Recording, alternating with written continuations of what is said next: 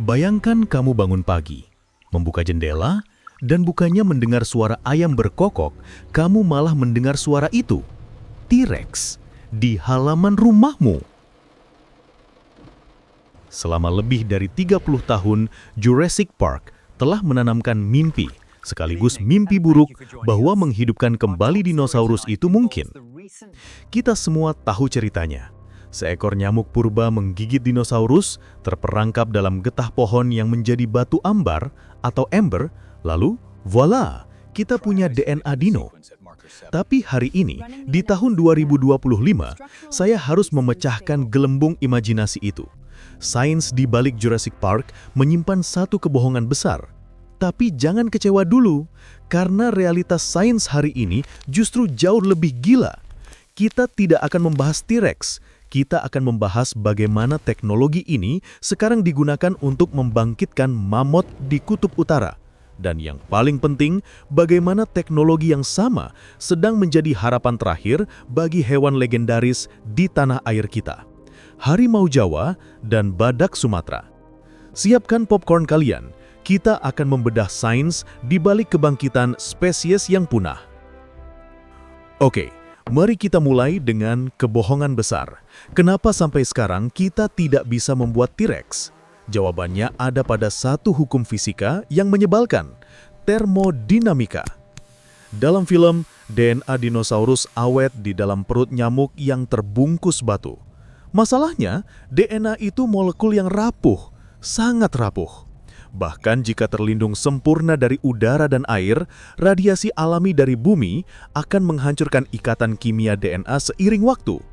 Pada tahun 2012, para ilmuwan meneliti tulang burung moa yang punah dan menemukan sesuatu yang disebut waktu paruh DNA atau DNA half-life. Angkanya adalah 521 tahun. Artinya, setiap 521 tahun, separuh ikatan DNA akan putus. Setelah 1000 tahun, tinggal seperempat. Setelah 1,5 juta tahun, DNA sudah tidak bisa dibaca. Dan setelah 6,8 juta tahun, habis total. Nol. Ingat, dinosaurus non-burung punah 66 juta tahun yang lalu. Jaraknya terlalu jauh. Mencoba membaca DNA T-Rex itu bukan seperti membaca buku tua yang sobek, tapi seperti mencoba membaca buku yang sudah dibakar jadi abu sejak zaman batu. Mustahil. Rekor dunia DNA tertua yang pernah kita baca baru berusia sekitar 2,4 juta tahun, ditemukan di Greenland. Itu pun bukan dari dinosaurus, tapi dari ekosistem zaman es. Jadi, maaf Spielberg, nyamuk dalam ambar itu cuma Tom, kuburan indah yang kosong. Kesalahan kedua di film itu adalah solusi lem genetiknya. Di film, mereka bilang, oh, DNA-nya bolong-bolong, kita tambal saja pakai DNA katak. Tunggu dulu, katak itu amfibi. Secara evolusi, manusia bahkan lebih dekat kekerabatannya dengan dinosaurus daripada katak. Menggunakan DNA katak untuk menambal DNA dinosaurus, itu ibarat memperbaiki mesin mobil Ferrari pakai suku cadang sepeda ontel. Enggak nyambung. Kalau kita ingin hewan yang paling dekat dengan dinosaurus, kita tidak perlu mencari ke rawa-rawa. Kita cukup melihat ke piring makan siang kita. Ayam. Ya, burung adalah dinosaurus yang masih hidup, avian dinosaurs. Di dalam DNA ayam, masih tersimpan gen purba dari nenek moyang mereka, T-Rex dan Velociraptor. Gen-gen ini cuma tertidur atau dimatikan selama evolusi. Ilmuwan seperti Jack Horner sedang mengerjakan proyek gila bernama Chickenosaur. Bukan dengan cloning, tapi dengan EVO-DEVO, Evolutionary Developmental Biology. Mereka mencoba menyalakan kembali gen purba itu. Hasilnya, ilmuwan di Harvard dan Yale sudah berhasil memanipulasi embrio ayam agar tidak tumbuh paruh, tapi tumbuh moncong reptil seperti dinosaurus. Langkah selanjutnya, mencari cara menumbuhkan ekor panjang dan lengan bercakar. Jadi Jurassic Park masa depan mungkin isinya bukan T-Rex raksasa, tapi ayam-ayam galak yang terlihat seperti Velociraptor mini. Tapi bagaimana dengan hewan yang baru lama punah? Hewan yang punah karena ulah manusia bukan asteroid. Nah, disinilah sains menjadi nyata. Selamat datang di era CRISPR. Kita tidak lagi bicara soal cloning tradisional seperti domba doli. Kita bicara soal gene editing atau penyuntingan gen. Ambil contoh mamut berbulu yang punah sekitar 4.000 tahun yang lalu. Kita punya bangkainya yang beku di Siberia. DNA-nya rusak, tapi tidak hancur total. Perusahaan biotech bernama Colossal Biologics sedang melakukan ini sekarang. Caranya? Pertama, ambil sel kulit gajah Asia, kerabat dekat mamut. Kemudian bandingkan DNA gajah dengan pecahan DNA mamut.